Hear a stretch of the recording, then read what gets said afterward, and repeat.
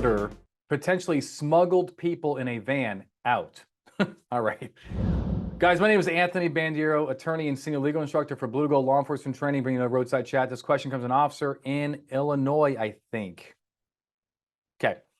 So the officer says, look, would it be a Fourth Amendment violation by entering a full-size van? It's about 95 degrees outside. The engine is turned off. The driver did not consent to the entry, did not consent to search, and the officers believe that people being smuggled or trafficked are inside the van.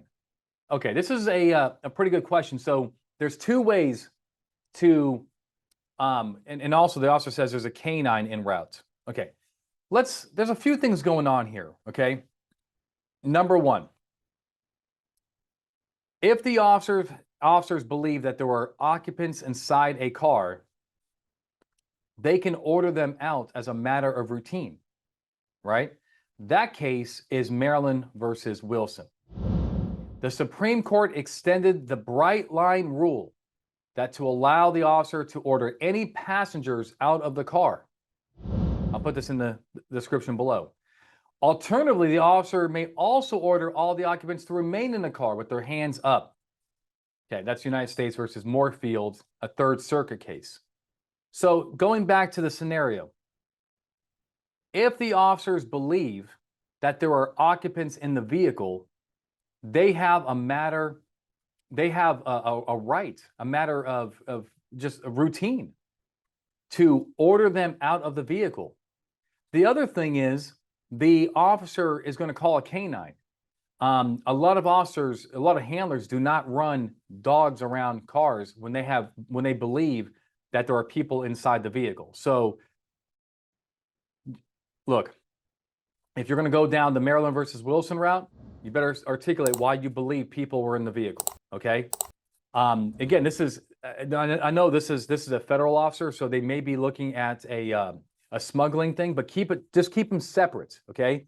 We're not going into the van to search for evidence. We are simply going in there because we believe people are in there and we want them out. Now, if you don't have really any good evidence, hard evidence that there are people in the vehicle, then you're on shaky ground. The officer also talks about, well, exigent circumstances. That will also work. Yeah, I can understand that there could be some exigent circumstances, especially maybe the van is pushing in as far as it's kind of a little thin. But, if you thought there were people in the back of a semi-truck, right? Forget the evidence part. Forget the fact that the driver may be smuggling people, right? Human trafficking.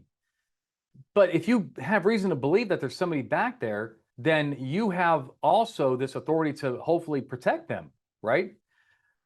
But again, the easiest one that I would do here is just Maryland versus Wilson. Your Honor, this is why I believe somebody was in the van.